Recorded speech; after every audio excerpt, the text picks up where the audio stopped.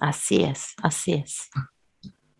Y entonces, dice Jung, el trabajo analítico permite la integración de contenidos del inconsciente personal. Esto es, primero, ir resolviendo aquellos elementos de mi propia historia que no han sido incorporados, que no han sido procesados, que no han sido significados dentro de mi devenir personal, lo que permite ampliar en un momento nuestro campo de conciencia, permite fortalecer y estructurar la personalidad. Muchas veces cuando un paciente generalmente llegan por una crisis personal que suelen ser muy profundas, y conforme se va dando el proceso terapéutico, se va limpiando el campo psíquico, se va limpiando el estado afectivo del paciente, y entonces se van recuperando aspectos energéticos, emocionales, que van permitiendo fortalecer la personalidad a partir de la toma de conciencia y de la asunción de responsabilidad sobre los propios procesos. Pero entonces ahí estas imágenes primigenias, cuando empiezan a emerger, poseen un muy fuerte contenido arcaico. Se empiezan a manifestar animales muy poderosos, se empiezan a manifestar imágenes de dioses, de magos, de guerreros muy fuertes, que van mucho más allá de los contenidos personales, ¿no? Y son imágenes colectivas. Son contenidos que traen una herencia histórico-evolutiva, ¿no? Y van teniendo un referente y un anclaje muy, muy fuerte con el proceso corporal instintivo del sujeto. Esto es algo muy importante. Las imágenes arcaicas, primigenias, como le dice Jung, tienen un soporte instintivo orgánico fundamental y tienen relación directa con el proceso vital. Esto es, dice Jung, las imágenes arquetípicas son la expresión psíquica de la potencia instintiva. Y eso es un elemento Qué muy, muy poderosa que es, importante. ¿no? Sí, sí, sí, Es sí. muy Así es. poderosa, ¿sí? Y ¿No? a través de la historia muchos han querido dominar esa potencia o pararla a través de solamente un uso racional de esa potencia.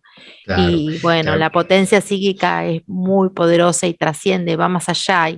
Inclusive una imagen interna puede romper una idea que uno ha venido trayendo durante años, ¿no? Así que es muy poderosa y Fíjate sabia. que hay algo muy interesante aquí, Gaby, reflexionando en este sentido.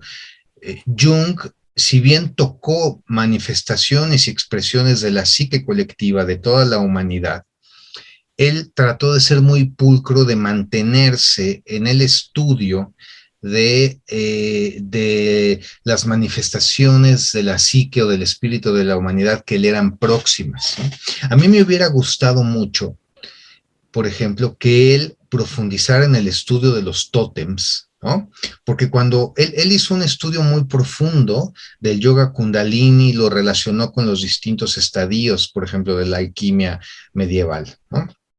Y eso es un ejercicio muy interesante sobre el proceso de la evolución psíquica. Pero si nosotros, por ejemplo, esta imagen del tótem del oso, a nosotros nos es un poco más cercana, ¿no? Si bien corresponde a los pueblos originarios del norte, nos es más cercana esta imagen. Y si nosotros hacemos un análisis de cómo se han ido construyendo los distintos estadios de los tótems, tienen una relación con el proceso de los chakras y con los niveles de los chakras. Normalmente en la parte inferior hay animales muy pegados y muy apegados a la tierra, y luego van subiendo animales de distintas características hasta llegar al águila, ¿no?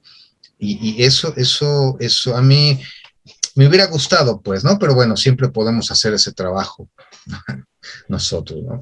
Los contenidos del inconsciente profundo, y esto es muy importante, y esta es una de las características diferenciadoras del pensamiento de Jung con el de Freud, es que no han pasado por la conciencia.